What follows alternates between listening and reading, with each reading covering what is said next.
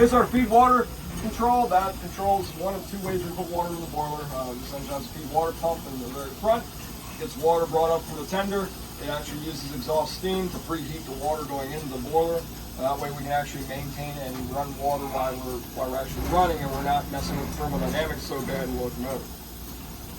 Down here is our blower, which creates the artificial draft in the fire when we're just sitting like we are to keep things nice and bright and hot. We have two sight glasses, one right here, one right there, so the engineer and fireman can both see the current status of the water level inside the boiler. It's very, very important. We're going over the firebox. Right now it's a little dead because we're going to be getting ready to kind of wrap up here for the day, but usually that thing is nice, hot and bright, about 2,500, 3,000 degrees as we're working. Engineer side, a little bit more going on. One thing here, pull cords for the whistles. We have one on each side in case the fireman sees something that the engineer can't see and it needs dealt with. Our throttle right here, closed right now, but as we pull it out towards us, it's going to open that valve in the boiler much more, get more steam down the cylinders. Power reverse, or what they call a Johnson bar. We call it power reverse in this engine. Neutral position right now, put it all the way forward, it's forward, all the way back, it's back.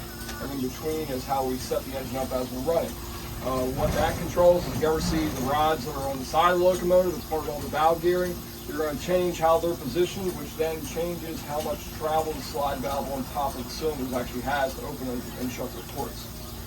Our water injectors over here, which are a second means of putting water in the boiler, pretty self-explanatory, just like an injector on any other locomotive. Our brake stand right here, automatic train brake on the top, controlling the whole train brake, and then the independent brake on the bottom there, controlling just the brakes on the locomotive. Air ringer for the bell, and then down here is all of our sanders for the drivers. We independently sand one set of drivers or all of them.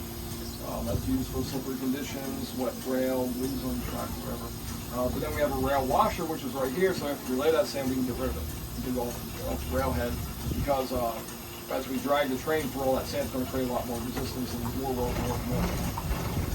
Over here, he has some gauges. We have a steam gauge on both sides, so the engineer and fireman can be alerted at all times. We have our brake gauges over here, main reds, and then we also have a back pressure gauge for the cylinder heads, so we can actually see the status of the pressure inside that cylinder head. You know, if you have any blow by and how much and how bad it is. So you can see the pressure on both ends of the cylinder at all times. Cylinder cocks are right here. That's what opens up the little valves at the bottom of the cylinders. All that stuff flows out of. Right now, he's going to run a little bit of coal in. See, as it comes up, hits that firing table, that just shoots right in.